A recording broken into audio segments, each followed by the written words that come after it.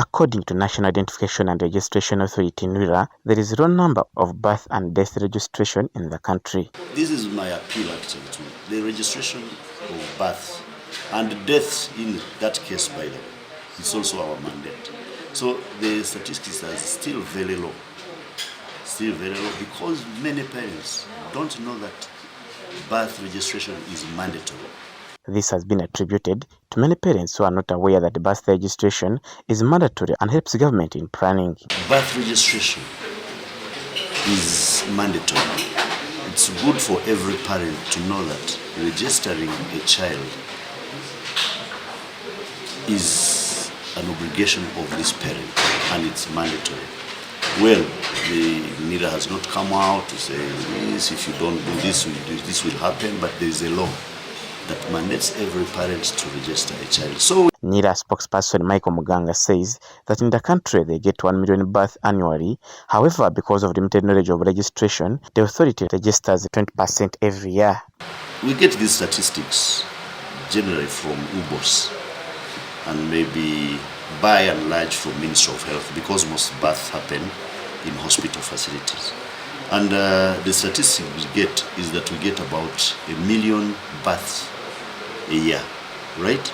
So, but because of lack of information, because of lack of knowledge that these births must be registered, we end up registering less than 20% of registrations.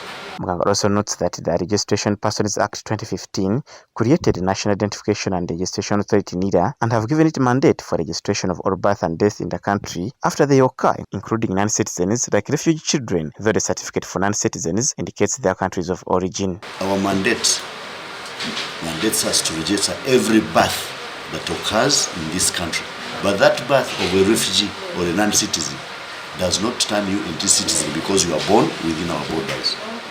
What we put for you as your nationality is your country of origin. He therefore called upon parents to ensure that they register their children within 1 year or before, because the information to be captured should be authentic. Our appeal to parents is to please try and register your child at least within 1 year or before 1 year old.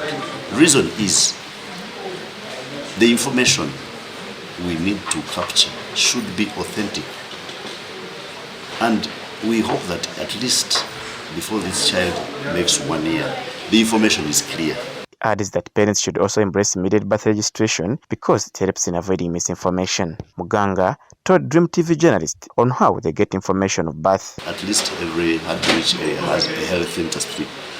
So it's these health centers that help us capture the information of these births that occur in their facilities. So if this birth happens in a community or outside the hospital facility, then the people we rely on to capture this information are either the town clerks, if it's in a town, or the sub-county chief, if it's in a certain particular sub-county. So the sub-county will be the place of birth, then the parents' names, then the children's name, then the date of birth, and then the sex of the child is captured.